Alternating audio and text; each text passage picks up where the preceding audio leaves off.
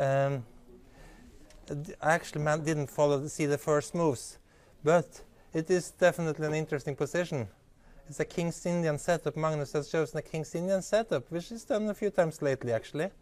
And without playing in a typical way. With the King's Indian, you normally play e5 very soon. But here, I suspect Magnus is planning to play e6 and open the e-line, which is, I've seen him done before. Or c6 and open the c-line is possible too, of course.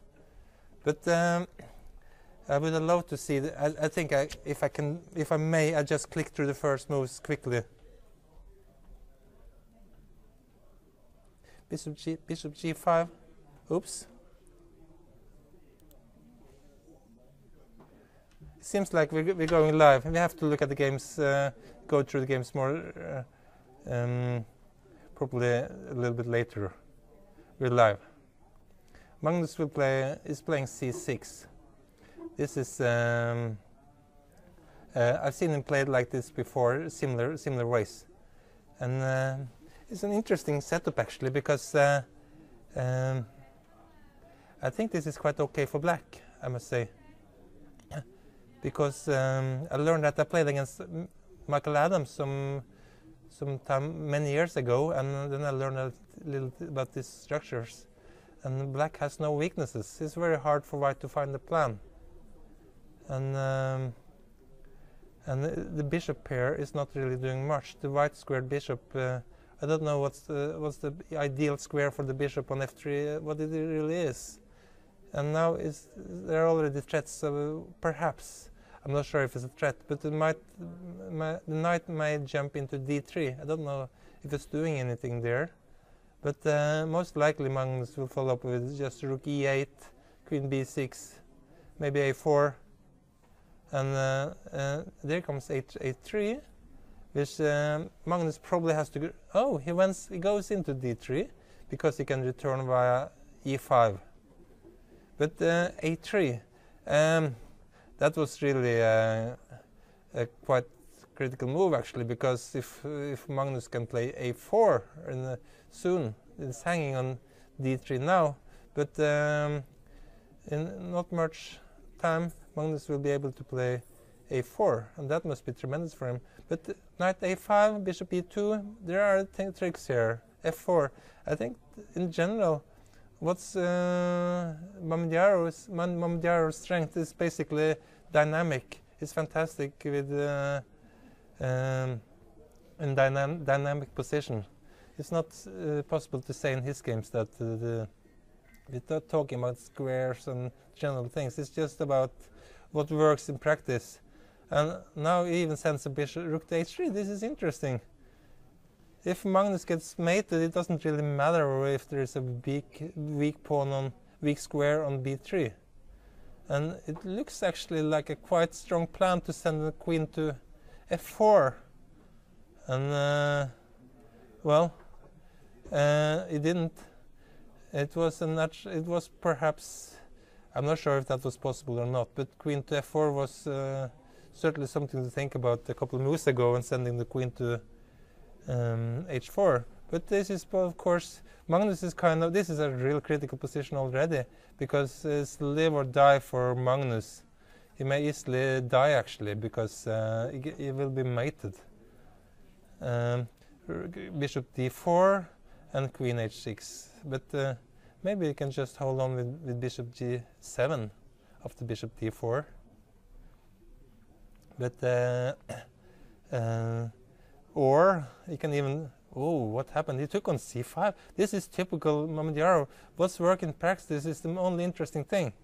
And now the queen comes to h6, and it will even go to h7. But it's not mate, even if it comes there. I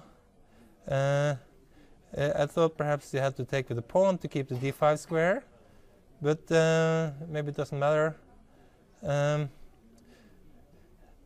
Queen h6, you can perhaps just take on b2. If that's the case, oh, it's even tricks like that. Another point. Simply winning the exchange, but this must be enough compensation for Magnus, I think, or maybe not. he has the d4 square, but the b file is open for the white rooks. This is quite typical, I would say, Mamedyarov play. It's just dynamic all the way. It's hard to play like Mamedyarov because judging such dynamic things is difficult. But there will end up, Magnus' chance is to be strong on the black squares, but he has a serious weakness on b7, of course. For a while he can prevent the rook from on h3 to enter the scene, but in not so many moves. Oh, he may be able to defend by simply putting a bishop on c7, and the b-line problem is maybe out of the way. This might actually end up in a dynamic balance. g5, played g5 now to keep the black squares. He didn't. Played e5. Seems like another draw to me. Is there anything else going on in some other games? I asked the audience here who's following the other games if they can help me and tell me if there's something going on in the other games. I think it's time to switch to something else. If someone may help me. We should draw already, which makes it not so interesting anymore. Nakamura Caruana. We have switched to Nakamura Caruana quickly. I hope. That's certainly, maybe we should have started that game. I don't want to be nationalistic to follow Magnus' game just because it's Magnus, but just because he's Norwegian. But he's the world champion, so... but this is interesting, definitely. Seems like Nakamura is having big problems with the e-pawn. Can it be have some perpetual here? It could be. Isn't this e-pawn just going straight in?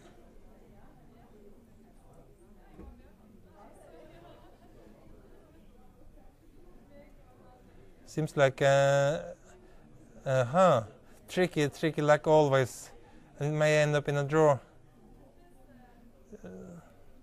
That was tricky by Nakamura. That's all I could tell. The few seconds I managed to look at this position. I think this was really well done by Nakamura to manage a draw here. It seems like it will be a draw. So well done. I think in what seemed like a critical position. Anand, Wesley So played a draw. Solid guys, not so surprising perhaps.